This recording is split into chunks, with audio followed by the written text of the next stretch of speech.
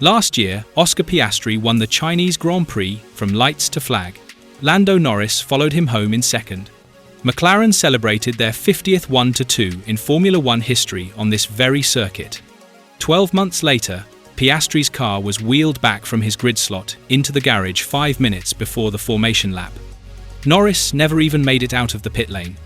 Both cars, both drivers, two separate electrical problems on the same power unit family, in the same hour, at the same race. The reigning constructors champions watched the Chinese Grand Prix from the garage wall, and the reigning world champion stayed in his car through the opening laps of a race he was not in, just in case a red flag appeared and gave him a miracle. It never came. This is the story of how McLaren's 2026 season went from complicated to genuinely alarming in the space of one Sunday morning in Shanghai. Let's put the full picture together, because the Chinese Grand Prix disaster did not arrive in isolation. It arrived on top of an Australian Grand Prix that had already shown McLaren were not where they needed to be. In Melbourne, Piastri crashed on his reconnaissance lap before the race had started. A combination of suboptimal tyre temperature, unexpected torque deployment, and a curb that sent his car spinning into the barriers at turn 4. One car gone before lap 1. Norris started and finished 5th, holding off a charging Verstappen in the closing stages, in a result that McLaren's own race report described as representative of where the car currently sits. Not a disaster, not a result to celebrate either. Their own technical director acknowledged a significant gap to Mercedes and Ferrari, saying clearly that there was a lot of work to do to add more downforce and extract more performance from the power unit. Norris earned 10 points. Piastri earned none. That is the foundation the team brought to Shanghai. China started encouragingly. In sprint qualifying on Friday, Norris and Piastri lined up 4th and 5th, within a tenth of a second of each other, closer to the front than Melbourne had suggested, and already showing improvement in understanding the new car. In the sprint race itself, Russell won for Mercedes, from Leclerc in second, and Hamilton in third, but Norris crossed the line 4th and Piastri 6th, both of them in the points, both of them showing race pace that placed McLaren clearly as the third force in the championship behind Mercedes and Ferrari. Grand Prix qualifying on Saturday put Piastri 5th and Norris 6th, the entire third row of the grid belonging to the papaya cars. The weekend was building towards something useful. And then Sunday morning arrived. Around an hour before the race, McLaren confirmed they had identified an electronic issue on Norris's car.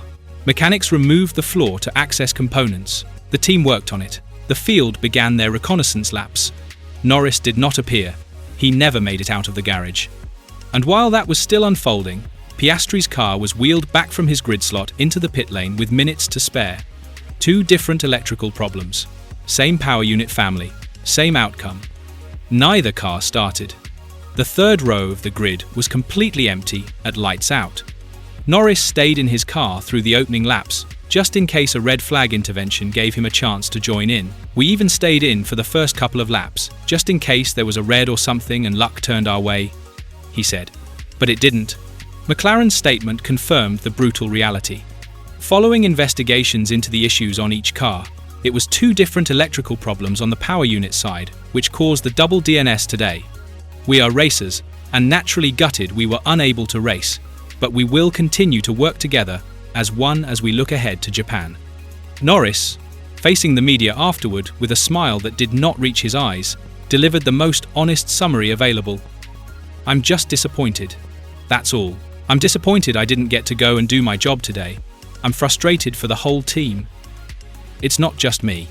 All of the mechanics, everyone puts a lot of work into things, and it's just a complicated bit of kit. There's a lot of new things, and of course some new issues that we're still finding out at times. So for everyone in the garage, they're disappointed we couldn't get a car out on track today, and they'll work hard to try and fix it."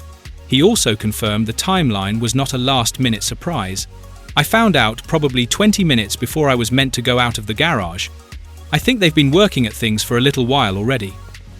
For Piastri, it was his second consecutive Grand Prix DNS, his car having been fine on the way to the grid before the issue appeared, moments before the formation lap.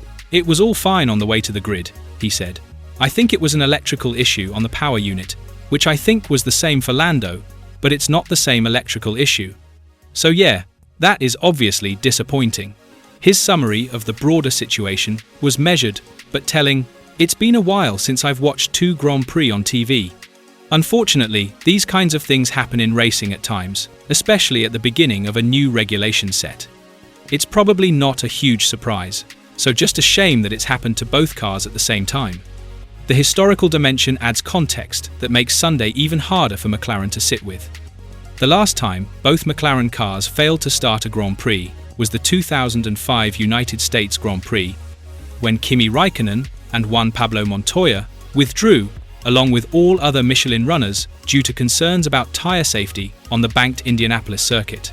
That was 21 years ago, and it was a tyre safety decision, not a mechanical failure. Piastri has now also become the first McLaren driver since team founder Bruce McLaren himself in 1969 to record consecutive did-not-starts for the team. Bruce McLaren. 57 years ago, in Mexico and the United States. The name that started the entire organization is now the only historical precedent for what Piastri has experienced in the first 2 weekends of his 2026 season.